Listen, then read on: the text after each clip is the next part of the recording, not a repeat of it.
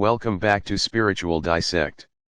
Today, we're diving deep into the art of seizing opportunities, finding spirituality in unexpected places, and making the most out of every moment. I have a very strong belief that everything that comes into your life is supposed to, and every condition of your life is part of the perfection of it, and that there's a blessing in all of it, and that there are no accidents, that it's a perfect, absolutely, totally perfect universe. Everybody that you meet for a reason. Everybody you're sitting next to, you're there for a reason. You can either take advantage of it or not. You have choices to make throughout it all. At the same moment, there's an opportunity in it, and I never look back with anything but gratitude for all that was handed to me, because I learned firsthand as a very young boy how to be self-reliant, how to take responsibility for myself, how not to blame other people for it, and to find something positive in it, and always did. So that little old lady who's driving in front of you at 20 miles an hour with the 1976 Cadillac, cream-colored, you all see her. She's everywhere. She's got blue hair, and she can hardly see over the steering wheel.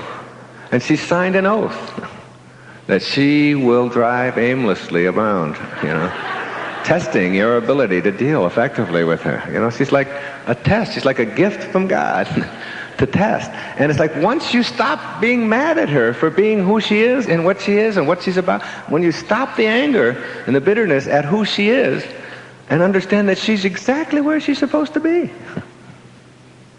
And she's there to teach you a very important lesson.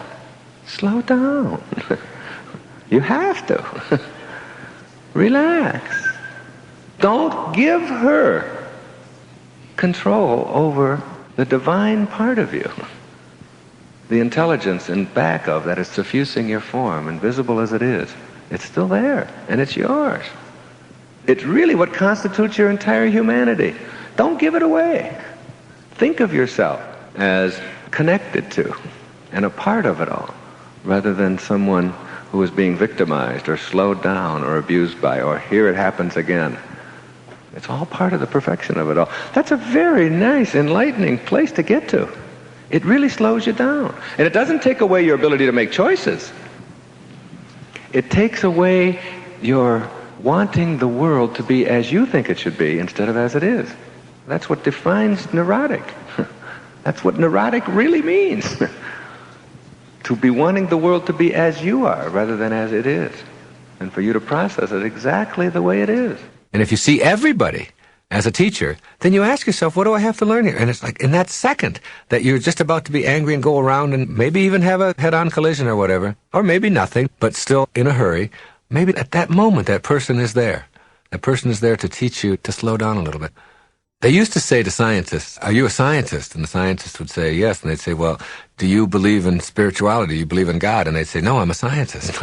Now, today, in the 1990s, you ask a scientist, do you believe in God? And they say, of course, I'm a scientist. Science is beginning to prove what metaphysics has been saying for centuries. That when you study life at the tiniest subatomic level, the tiniest level, that all of the particles seem to be on purpose and they're all interconnected in some mysterious way, and they're all sort of controlled by some force outside, some mystical thing, and they're all on purpose, and there's nothing random about any of it. That's all the new literature is coming out. There's nothing random, nothing happenstance in the universe.